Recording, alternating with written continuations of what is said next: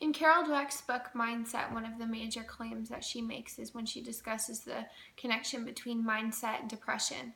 Us being college students really struggle with things that are overwhelming, being that we have jobs, we have school, we have family and friends, and a social life to balance all at the same time. It can become overwhelming and it's sometimes debilitating. And being that it's February and we're college students, Dweck mentioned that February and March were more depressive months for students, and how students sort of come at depressive feelings differently depending on their mindset.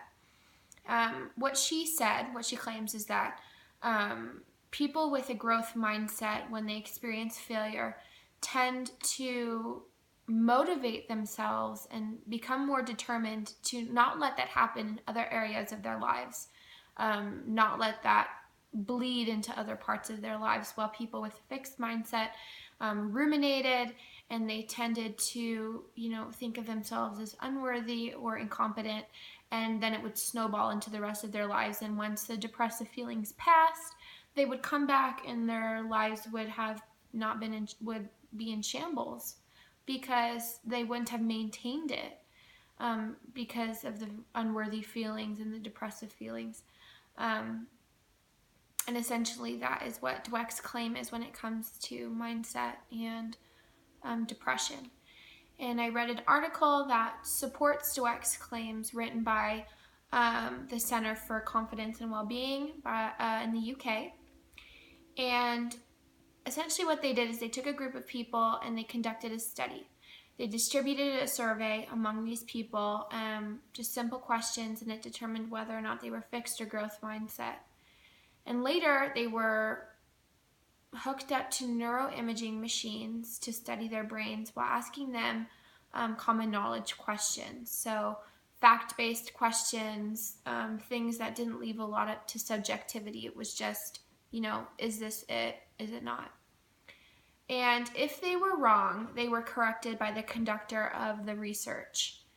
And then they just continued on with the study. And what the participants didn't know was later they were going to be retested with the same questions. And what they found was that people with a growth mindset were more receptive to the feedback and the corrective behavior during the neuroimaging machine tests, that they retained the information, they learned the information, they corrected it inside themselves, and they did better on the retest than the people with a fixed mindset, who were totally uninterested in having feedback, who were, not really invested in learning. They took it personally, they internalized the feelings, and therefore they did worse on the retest. How Dweck's claims pertain to my life is that I'm a preschool teacher and I work with kids every day, and they're, constantly surprising me with how smart they are. But what I found is that after reading this book, I really think of myself as a facilitator of learning, and being able to use my actions to help them learn better. Every time we learn something new, we're obviously going to make mistakes. We're humans. And I found that as we get older, we tend to think that we don't learn new things, or we approach learning new things with old attitudes or old perspectives.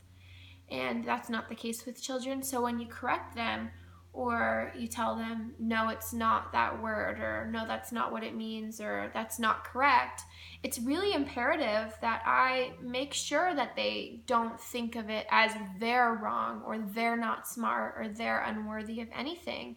Just that, to better themselves in the future, and to be able to take that information and apply it to other parts of their lives.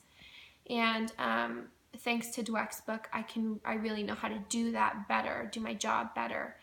And I can apply it to my own life as well when I encounter obstacles or failures in my own life.